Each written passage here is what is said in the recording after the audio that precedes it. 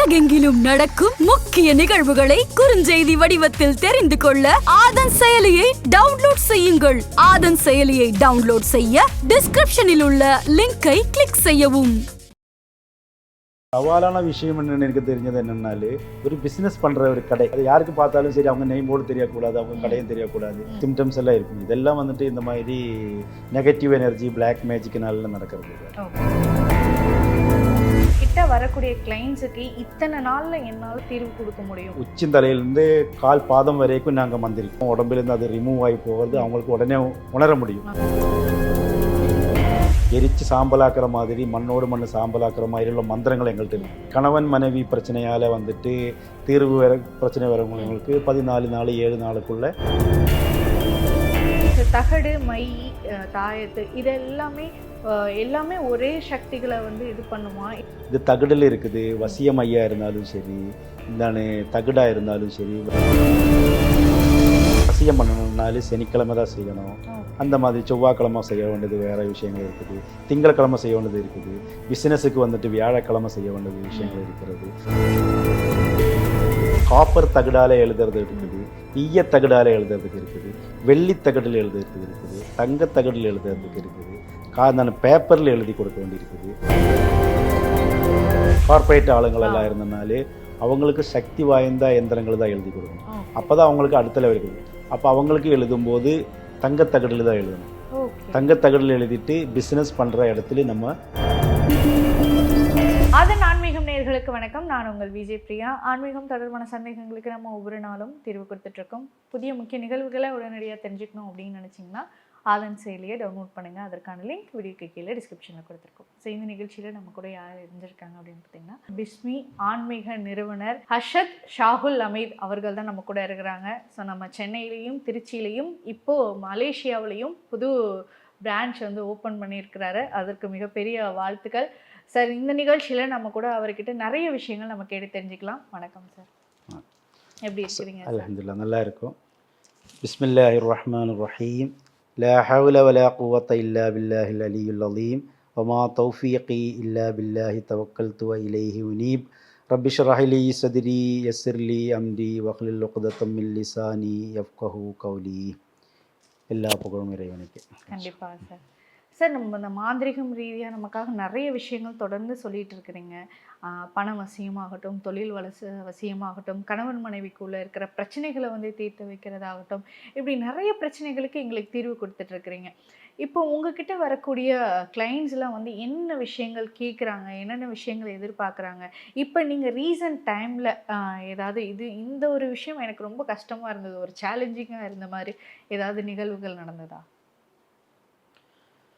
அல்ஹம்துலில்லாஹ், எல்லா புகழும் இறைவனுக்கு. நிறைய விஷயங்கள், 1 2 இல்லை, இந்த ஆயிரக்கணக்கிന് விஷயங்கள் இந்த குறைந்த மாதங்களில் பண்ணியாச்சு.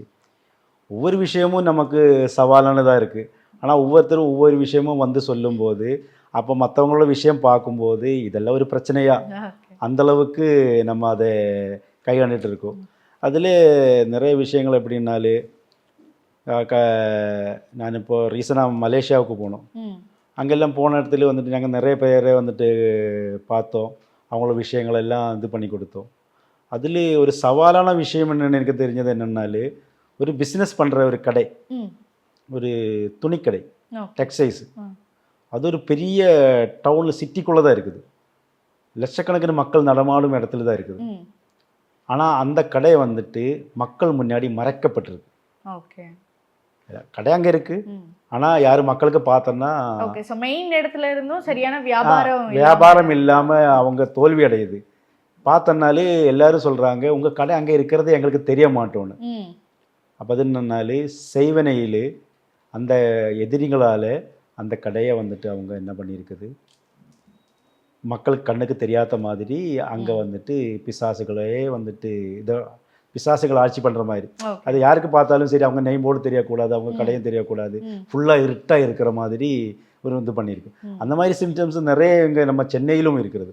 நிறைய பிஸ்னஸ் ஏரியா இருந்தாலும் சரி, சில வீடாக இருந்தாலும் சரி, எவ்வளோ பிரைட்டான இருந்தாலும் சரி, அந்த வீட்டுக்குள்ளே போனனால ஒரு இருட்டாக இருக்கும். இல்லைன்னா வீட்டுக்குள்ளே ஏன்டா வீட்டுக்குள்ளே வந்தேன்னு சொல்கிற மாதிரி எல்லாம் சிம்டம்ஸ் எல்லாம் இருக்கும். இதெல்லாம் வந்துட்டு இந்த மாதிரி நெகட்டிவ் எனர்ஜி பிளாக் மேஜிக்னால நடக்கிறது தான். Okay sir. இப்போ தொடர்ந்து உங்ககிட்ட வந்து நிறைய பேர் வந்து வராங்க சார். ஐயா வந்து நமக்கு நம்மளுடைய பிரச்சனைகளை எல்லாம் தீர்த்து வைப்பாரு, அதற்கான சொல்யூஷனை வந்து நிரந்தரமாக கொடுப்பாரு அப்படின்னு. உங்ககிட்ட வரக்கூடிய கிளைண்ட்ஸுக்கு இத்தனை நாளில் என்னால் தீர்வு கொடுக்க முடியும் அப்படிங்கிற மாதிரி ஏதாவது சொல்ல முடியும்? அது நிறைய நம்மளால் சொல்ல முடியும்.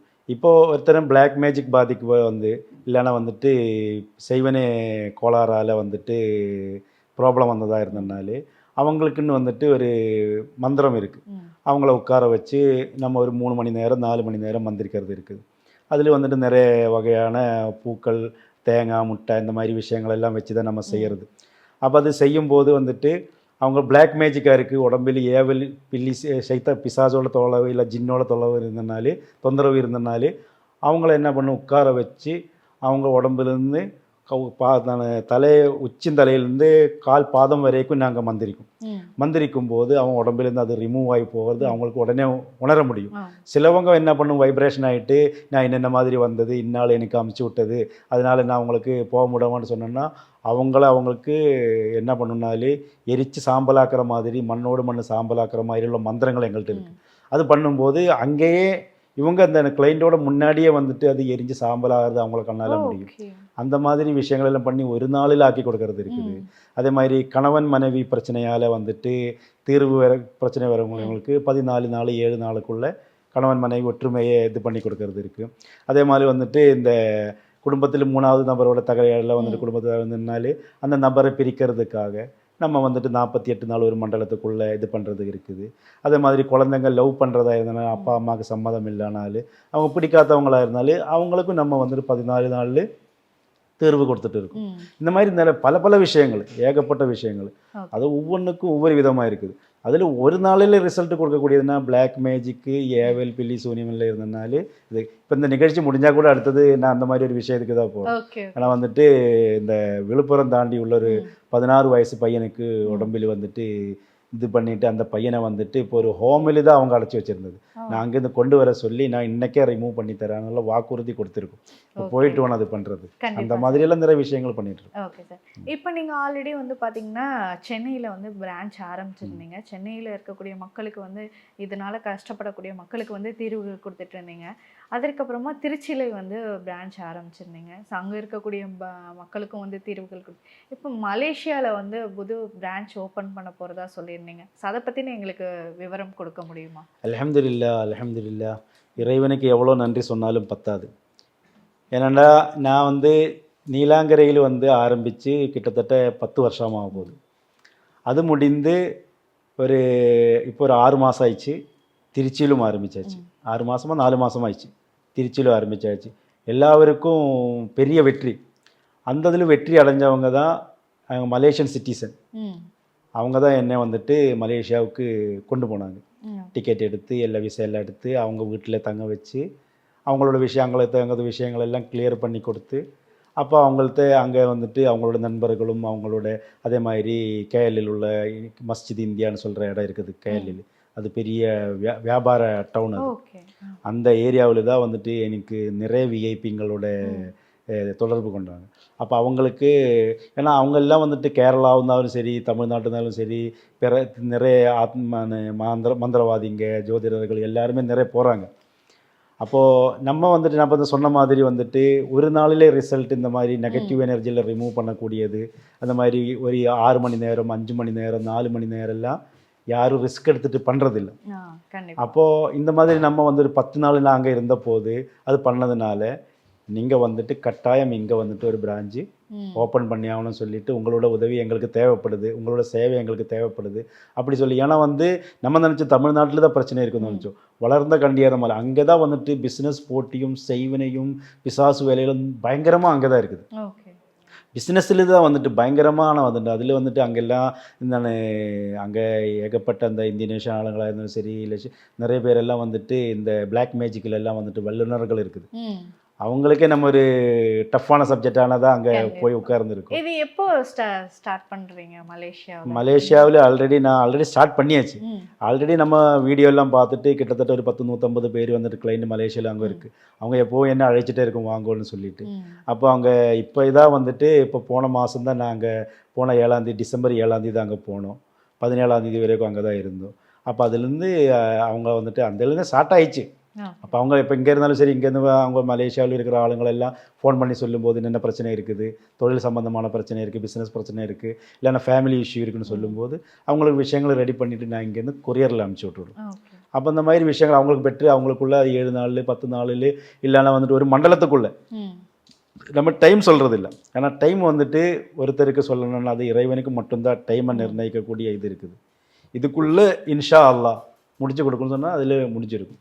அந்த இறைச்சத்தோடையும் இறை நம்பிக்கையோடையும் நம்ம செய்யும்போது எதுக்கும் வெற்றி இருக்குது. நான் முன்னாடி ஒரு எபிசோடில் சொன்ன மாதிரி எதுக்கும் தன்னம்பிக்கை, ஜெயிக்கணும்ல அந்த தன்னம்பிக்கை இருந்ததுனாலே தைரியமாக நம்ம எங்கே போயிட்டு இருந்தாலும் நம்ம அங்கே ஜெயிச்சிடலாம். கண்டிப்பாக சார். ஸோ இப்போ இந்த ரீசெண்ட் டைமில் பார்த்தீங்கன்னா பல்வேறு பிரச்சனைகள் நம்மளுடைய வாழ்க்கையில் வந்து இருந்துட்டு இருந்தாலும் அதற்கான தீர்வு நம்ம எங்கேயும் தேடிட்டு தான் இருக்கும். இப்போ ஒரு சிலர் வந்து பார்த்திங்கன்னா நம்ம சிம்பிளாக சொல்லணும்னா சில விஷயங்கள் மீது நமக்கு தீவிரமான ஒரு நம்பிக்கை வந்து இருக்கும். எக்ஸாம்பிள் வந்து இந்த தாயத்தை கட்டுறது, கயிறு கட்டுறது, மை வைக்கிறது, வசிய மை, இந்த மாதிரியான மைகள் வைக்கிறது, தகடு வந்து வைக்கிறது. ஸோ இதன் மீது ஒரு தீவிரமான ஒரு நம்பிக்கை வந்து நமக்கு இருக்குது. ஸோ அப்போ நம்ம வீட்டில் வந்து ஒரு மந்திர சக்தி கட்டின ஒரு தகடு வீட்டில் இருந்தோம் அப்படின்னா எந்த ஒரு துஷ்ட சக்தியும் வந்து வீட்டுக்குள்ளே நெருங்காது அப்படின்னு. இந்த தகடு, மை, தாயத்து எல்லாமே ஒரே சக்திகளை வந்து இது பண்ணுமா, இல்லை ஒவ்வொரு விஷயத்துக்கும் பர்டிகுலராக இந்தந்த விஷயங்களுக்கெல்லாம் இந்த மாதிரியான விஷயங்கள் தான் யூஸ் பண்ணணும் அப்படிங்கிற நிர்ணயம் இருக்கா? கட்டாயம். நீங்கள் சொன்னது நல்ல கேள்வி தான், இது நியாயமான கேள்வி. என்னன்னா இது வந்துட்டு ஒவ்வொன்றுக்கும் ஒவ்வொரு விதமான விஷயங்கள் இருக்கிறது. அது ஒவ்வொன்றுக்கும் ஒவ்வொரு நாளில் தான் எழுதணும்னு இருக்குது. இது தகடில் இருக்குது, வசியம் ஐயா இருந்தாலும் சரி, இந்தானே தகடாக இருந்தாலும் சரி, வேறு மற்ற ஏதாவது பொருளாக இருந்தாலும் சரி, ஒவ்வொன்றுக்கும் ஒவ்வொரு கிழமையில் பண்ணணும், ஒவ்வொரு நேரத்தில் பண்ணணும், ஒவ்வொரு டைம் இருக்குது. 12 மணிக்கு இன்னதான் செய்யணும், செவ்வாய்க்கிழமையில தான் வந்துட்டு பிரிக்கிறதுக்குள்ள விஷயத்த செய்யணும், வசியம் பண்ணணும்னாலும் சனிக்கிழமை தான் செய்யணும். அந்த மாதிரி செவ்வாய்க்கிழமை செய்ய வேண்டியது வேறு விஷயங்கள் இருக்குது, திங்கட்கிழமை செய்ய வேண்டியது இருக்குது, பிஸ்னஸுக்கு வந்துட்டு வியாழக்கிழமை செய்ய வேண்டியது விஷயங்கள் இருக்கிறது, வெள்ளிக்கிழமை காலையில் செய்ய வேண்டியது இருக்குது, பிரம்ம முகூர்த்தத்தில் செய்ய வேண்டியது இருக்குது, இறைவில் செய்ய வேண்டியது, அதாவது அர்த்தராத்திரி, அதுக்கு தமிழில் என்ன சொல்லும், ஓகே, அந்த டைமில் செய்ய வேண்டியது இருக்குது.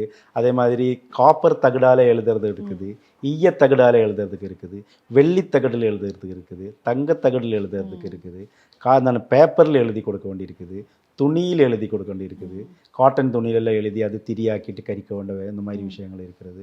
ஒவ்வொன்றுக்கும் ஒவ்வொரு விஷயத்துக்கு பெரிய பெரிய பிஸ்னஸ், அதாவது பல கோடிக்கு பிஸ்னஸ் பண்ணுறாங்க, பெரிய மில்லியனருங்க, கார்ப்பரேட் ஆளுங்களெல்லாம் இருந்தனாலே அவங்களுக்கு சக்தி வாய்ந்த எந்திரங்கள் தான் எழுதி கொடுக்கணும். அப்போ தான் அவங்களுக்கு அடுத்த லெவலுக்கு போகும். அப்போ அவங்களுக்கு எழுதும்போது தங்கத்தகடில் தான் எழுதணும். தங்கத்தகடில் எழுதிட்டு பிஸ்னஸ் பண்ணுற இடத்துல நம்ம, அதாவது பிஸ்னஸ் பண்ணுறதுனால ஒரு ஆஃபீஸாக இருக்குன்னா அவங்க ஹெட் ஆஃபீஸில் அந்த இதை வைக்கணும். அதே மாதிரி ஒவ்வொரு கேட்டகரிக்கும் அதே மாதிரி வெள்ளித்தகடில் எழுதணும், வெள்ளித்தகடில் எழுதணும். அதாவது சிலவங்களுக்கு எல்லாம் வந்துட்டு தாயத்து வந்துட்டு சிலவங்க என்ன பண்ணணும்னாலே வெள்ளி கூடில் எழுதும், சிலவங்களுக்கு செம்பு கூடில் எழுத வேண்டியிருக்குது, ஸோ அந்த கூட்டில் ஆக்க வேண்டியிருக்குது. அது சிலது பேப்பரில் எழுத வேண்டியிருக்குது, சிலது வந்துட்டு துணியில் எழுதிட்டு சில மூலிகையை கூட வச்சுட்டு கொடுக்க வேண்டியிருக்குது, சிலது வந்துட்டு நம்ம காப்பரில் எழுதிட்டு அதை அடைச்சி இது பண்ண வேண்டியிருக்குது. ஒவ்வொன்றுக்கும் ஒவ்வொரு விதமானதாக இருக்குது. அப்போ அது வந்து நம்ம தாயத்து கட்டுறதா இருந்ததுனால இப்போ ஒரு செய்வனை பிசாசினால எல்லாம் பாதிப்பாக இருக்குனாலே அவங்களுக்கு இடுப்பில் தான் கட்டி ஆகணும். அதே மாதிரி கணவன் மனைவி வசியமாக இருக்குனாலே அவங்களுக்கு வந்துட்டு மனைவியை கட்டுறதா இருந்தனாலே அவங்களோட தாலி சரடு இருக்குல்ல அதில் சேர்த்துட்டு கட்டும்போது அவங்களுக்கு வந்துட்டு அந்த வசியத்தன்மை வரும். அதே மாதிரி சிலது வந்துட்டு பிஸ்னஸுக்கு 4 பேரை பார்க்க போகிறோம், அப்போ நம்ம வந்துட்டு அதாவது எழுத்து விஷயமா இருந்தாலும் சரி அது இருந்தனாலும் நம்ம அது கையில் கட்ட வேண்டியது இருக்கும். சிலது வந்துட்டு வசிய மை இருக்குது, வசிய மையில் நான் ரெடி பண்ணி கொடுத்துட்டு இருக்கோம். அது வந்து நம்ம வந்து கிட்டத்தட்ட ஒரு 35 வகையான மூலிகையும் சேர்த்து அது இல்லாமல் அதெல்லாம் அரைச்சி சேர்த்ததுக்கு அப்புறம் அது மையாக்கிட்டு 788 தடவை ஒவ்வொரு மந்திரங்களும் 48 நாள் உச்சரித்து அதை உருவேற்றி வச்சிடும். அப்போ அது என்ன ஆகுனாலும் அது ஒரு ராஜவசிய மாதிரி ஆகும். அது நம்ம இன்ன விஷயத்துக்குன்னு கிடையாது, அது நம்ம என்ன விஷயத்துக்காக இப்போ நம்ம ஒரு பிஸ்னஸுக்காக போகிறோம், ஒருத்தரை பார்க்க போகிறோன்னா இந்த பிஸ்னஸ் எனக்கு நல்லபடியாக நடக்கணும்னா அந்த மயிலை கொஞ்சோண்டு எடுத்துட்டு நம்ம புருகத்தில் தடவிட்டு போனோம்னாலே அவங்க பேசும்போது நம்ம வந்துட்டு அந்த ஆர்டர் கிடைக்கிற மாதிரி.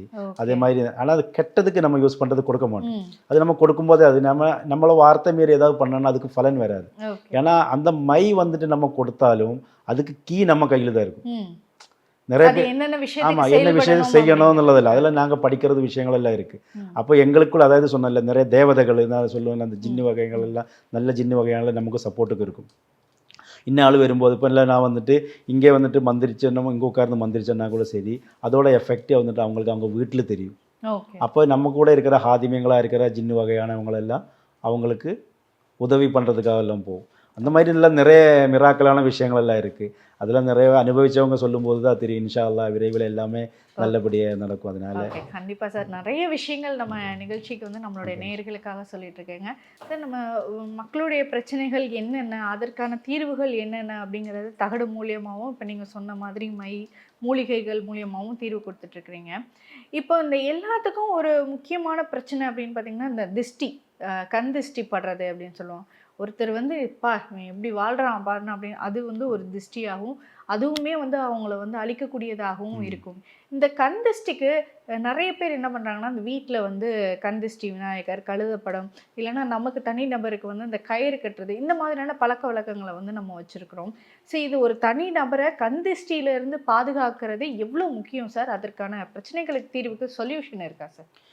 அல்ஹம்துலில்லாஹ். கட்டாயம் கண் திருஷ்டி வந்துட்டு நம்மளை வந்துட்டு எங்கள் இதில் என்ன சொல்லணும்னாலே கண் திருஷ்டி கபர் வரைக்கும் போகணும்.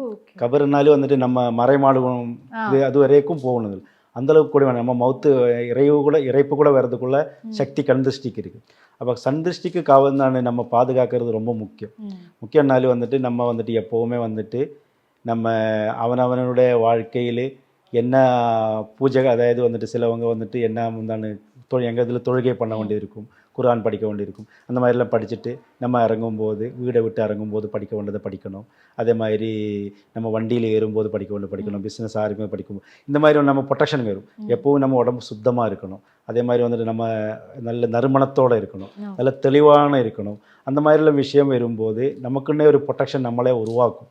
நம்ம ஒரு வலயத்துக்குள்ளே இருக்கும். அந்த மாதிரி இருந்தாலும் வராது. அது இல்லாமல் சிலவங்க கண் திருஷ்டி படாமல் இருக்கிறதுக்கு அச்சரங்கள் வச்சுக்கும், உடம்பில் வச்சுக்கும். கண் திருஷ்டி வரப்படாமல் இருக்க தாயத்து வச்சுக்கும். சிலவங்க வந்துட்டு நல்ல சக்தி வாய்ந்த குருநாதர்கள் கொடுத்த மோதிரங்கள், இப்போ இந்த மாதிரி மோதிரங்கள் எல்லாம் வந்துட்டு இதெல்லாம் வந்துட்டு நம்மளை கண் திருஷ்டின்னு தடுக்கும்.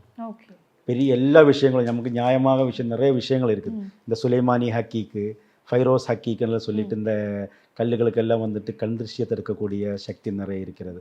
அதே மாதிரி நம்ம நம்ம கரெக்டாக விஷயங்களுக்கெல்லாம் கரெக்டாக நல்லா இருந்தோம்னா கண் திருஷ்டி தடுக்கும். அதுக்கு இல்லைன்னா வந்துட்டு அவங்களுக்கு ப்ரொடெக்ஷன் வேணும்னா நம்ம அது பண்ணி கொடுக்கும். அதே மாதிரி கண் திருஷ்டி வந்தவங்களை நம்ம மந்திரிச்சு கிளியர் பண்ணி கொடுக்கும். இந்த மாதிரி விஷயங்களை நம்ம பண்ணுறோம். இப்போ இந்த பொதுவாக அந்த கண் திருஷ்டிக்கு நிறைய பேர் அந்த கருப்பு கலர் கயிறு வந்து யூஸ் பண்ணுறாங்களா, அது உண்மையாகவே பெனிஃபிட் தானா? அது யூஸ் பண்ணலாமா? அதே எப்படி நாங்கள் என்ன பண்ணுவோம்னாலே இந்த கண் திருஷ்டி இந்த மாதிரி குழந்தைகளுக்கு எல்லாம் ஏதாவது ப்ராப்ளம் இருந்துச்சுன்னாலே குழந்தைகள் நைட்டில் அழுவுறோம். அதுவும் கண் திருஷ்டியாலே தான்.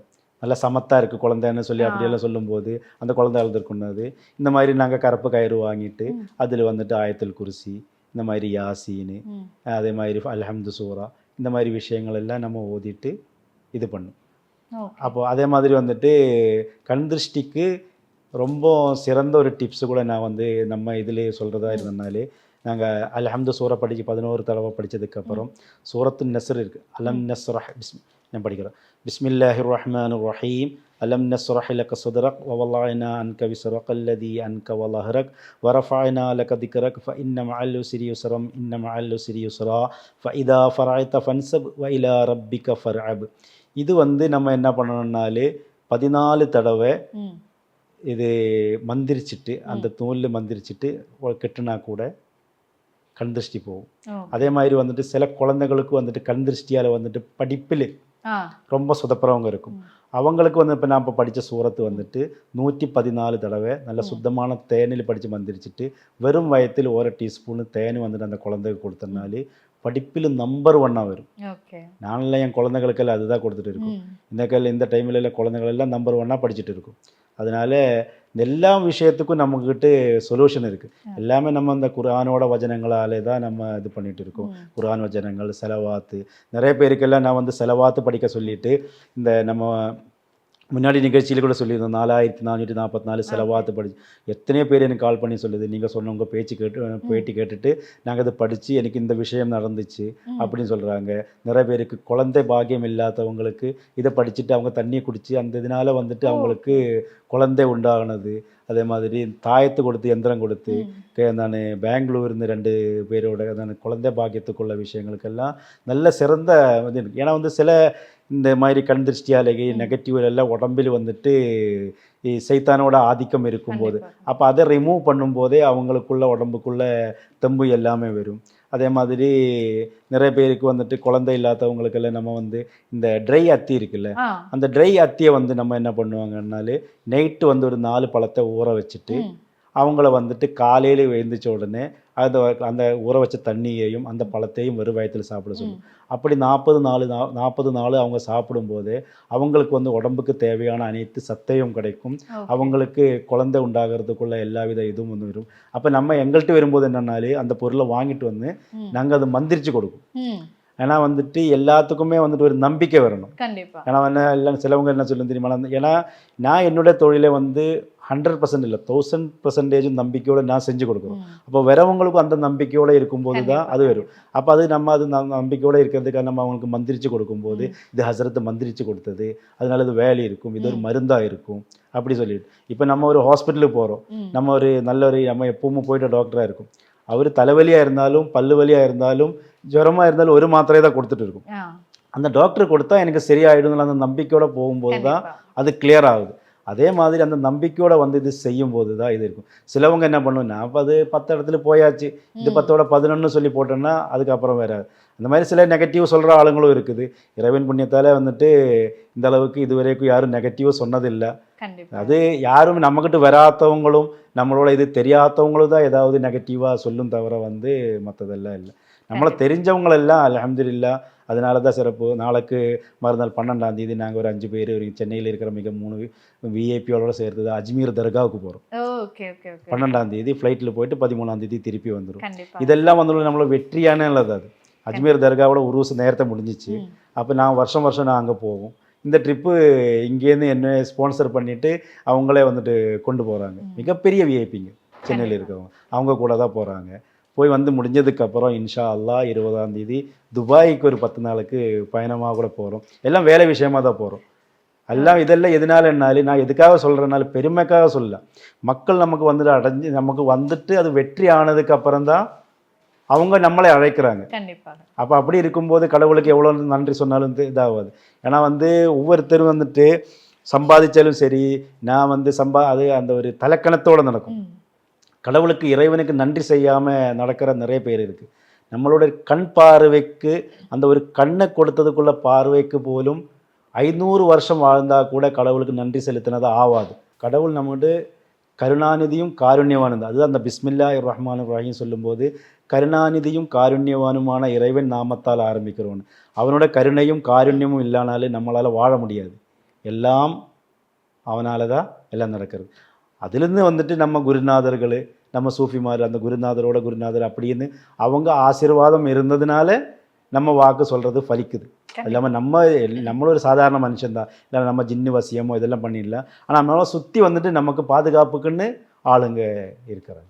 சார், நம்மளுடைய மக்களுக்கு நிறைந்து தெளிவு கொடுக்குற மாதிரியான உங்களுடைய பதில்கள் வந்து இருந்தது. தொடர்ந்து அவங்களுடைய தீர்வுகள், பிரச்சனைகளுக்கான தீர்வுகள் என்ன அப்படிங்கிறத இந்த நேர்காணல் மூலயமா ரொம்ப தெளிவாக சொல்லியிருந்தீங்க. அதே மாதிரி இன்னும் நிறைய மக்களுடைய பிரச்சனைகளை தீர்த்து வைக்கணும் அப்படின்னு இந்த நிகழ்ச்சி மூலியமாக நான் உங்ககிட்ட கேட்டுக்கிறேன். மிக்க நன்றி சார். நன்றி.